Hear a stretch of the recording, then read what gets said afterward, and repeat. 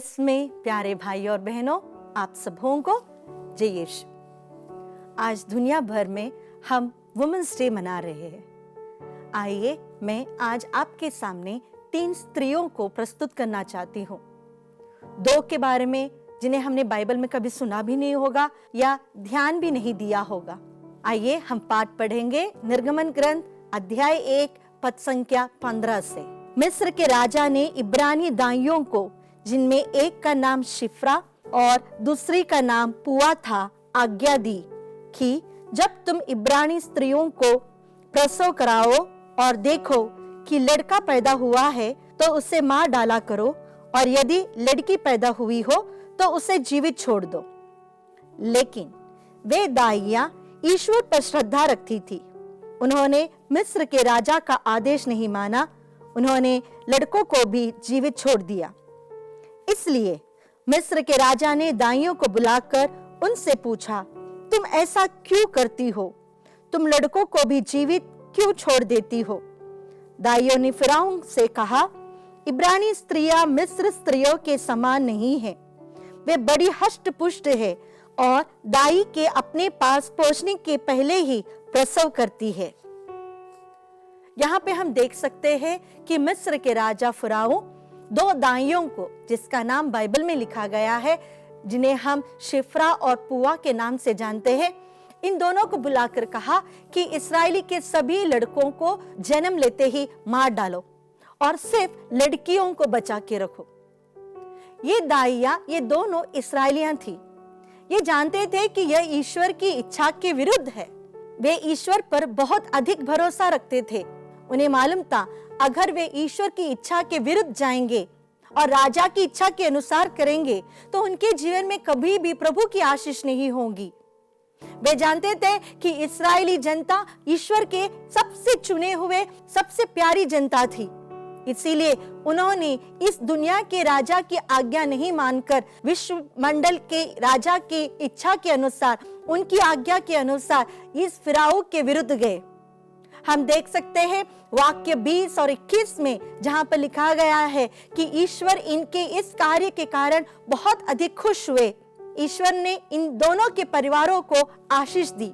ये दोनों स्त्रियां एकजुट होकर एक मन से फिरौन की इस आज्ञा के विरुद्ध जाते हैं और ईश्वर की इच्छा के अनुसार ईश्वर की जनता के विकास के लिए एक आशा का किरण बनती है।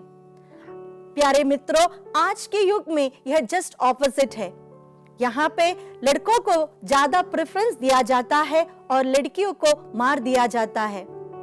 हमें ईश्वर की इच्छा के अनुसार खड़े होना है। ईश्वर चाहते हैं कि लड़के और लड़कियां दोनों ईश्वर के सामने एक समान है और इनका इंपॉर्टेंस भी एक समान है।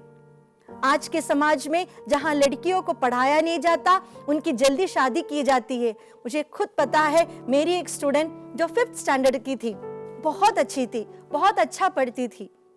उनके समाज में लड़की जब 10 साल की होगी उसकी शादी की जाती थी। यह लड़की खुद मेरे पास आकर रोते हुए कही, सिस्टर जी प्लीज मेरी शादी को रोक दो। फिर वो कभी स्कूल नहीं गई है। तो आज के समाज में जब लड़कियों पर अत्याचार होता है तो हमें भी ईश्वर की इच्छा के अनुसार, ईश्वर की आज्ञा के अनुसार आगे आना है। अगर शिफ्रा और पुआ ने ईश्वर की इच्छा को नहीं माना होता और राजा की इच्छा के अनुसार, राजा की आज्ञा के अनुसार किया होता तो शायद मूसा नबी कभी जन्म नहीं लेते। आइए हम तीसरे व्यक्ति को मिल सकते हैं जिसे हम बाइबल में बहुत अधिक महत्व देते हैं। वह है रानी एस्तर। रानी एस्तर एक इस्राएली लड़की थी जो बहुत ही सुंदर थी। उसकी सुंदरता के कारण ही वह पर्शिया के राजा की रानी बन गई। जब एक व्यक्ति इस्राएली वंश का नाश करना चाहते थे, तब एस्तर के अंकल जो राजमहल में थे, वह आकर एस्तर से एक निवेदन करते हैं। हम पढ़ सकते हैं एस्तर का ग्रंथ अध्याय 4 पद संख्या 14 में, यदि इस समय तुम चुप बैठी रहोगी तो यहूदियों को कहीं न कहीं से मुक्ति या सुरक्षा प्राप्त हो जाएगी, किंतु तुम्हारा और तुम्हारे पितृकुल का विनाश होगा। क्या जाने, शायद इस प्रकार की विपत्ति से हमारी रक्षा करने के लिए तुमको रानी का पद प्राप्त हुआ हो। प्यारे भाई और बहनों, एस्तर के सामने अब एक समस्या आ गई। जब तक राजा नहीं बुलाता, एस्तर को कभी या कोई भी रानी राजा के सामने नहीं जा सकती। लेकिन अपने वंश को बचाने के लिए, पूरे यहूदियों को बचाने के लिए वह यह रिस्क लेती है। हम आगे इस पाठ में पढ़ सकते हैं कि एस्तर कहती है, सभी यहूदियों को प्रार्थना करो, उपवास करो, मेरे लिए भी प्रार्थना करो। मैं भी उपवास और प्रार्थना के बाद राजा के सामने जाऊंगी।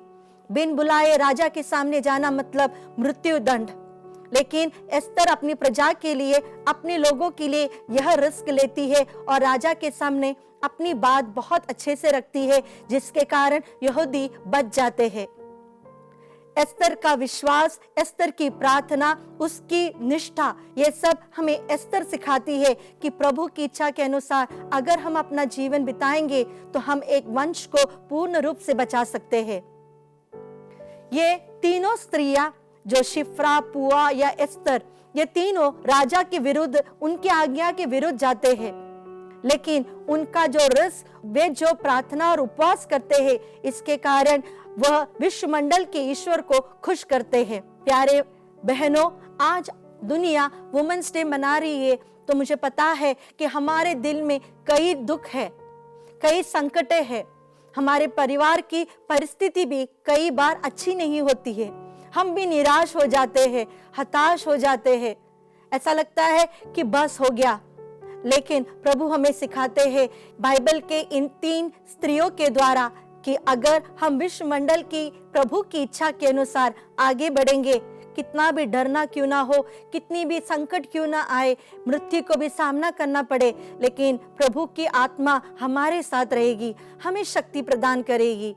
आइए इस उपवास काल में हम विशेष रूप से उन सभी महिलाओं के लिए प्रार्थना करेंगे जिनके जीवन में बहुत अधिक दुख है, जो बहुत अधिक संकट झेल रहे हैं, कि प्रभु की इच्छा, प्रभु की आत्मा उनके साथ हमेशा रहे और वे अपने जीवन में शक्ति के साथ, आत्मा की शक्ति के साथ आगे बढ़ सके। आज के लिए हम यह वचन याद करेंगे, संत लूकस का सुसमाचार अध्याय 1 पद संख्या 37, ईश्वर के लिए कुछ भी असंभव नहीं है। प्यारे प्रभु जी, आपकी आत्मा की शक्ति से हमें भर दीजिए, ताकि हम जो कुछ भी करें आपकी महिमा के लिए करें और आपके सामर्थ्य के साथ आगे बढ़ सके। यही प्रार्थना हम करते हैं हमारे प्रभु यीशु क्रिस्त के द्वारा, आमीन।